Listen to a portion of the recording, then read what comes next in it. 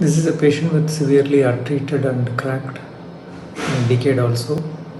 3637. Extraction and immediate implant placement. This is a panoramic view.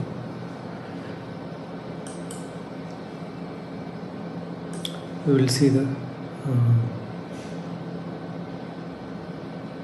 post-op. This is the post-op. Mesial most implant which is placed in the mesial socket of mesial root is 4.2 into 11.5. The middle implant is 3.5 into 12, mostly 12. We'll see. Yes, it is 12. The distal most implant is basal design, 3.612. It could have been better if it is engaged there. So it is around 14.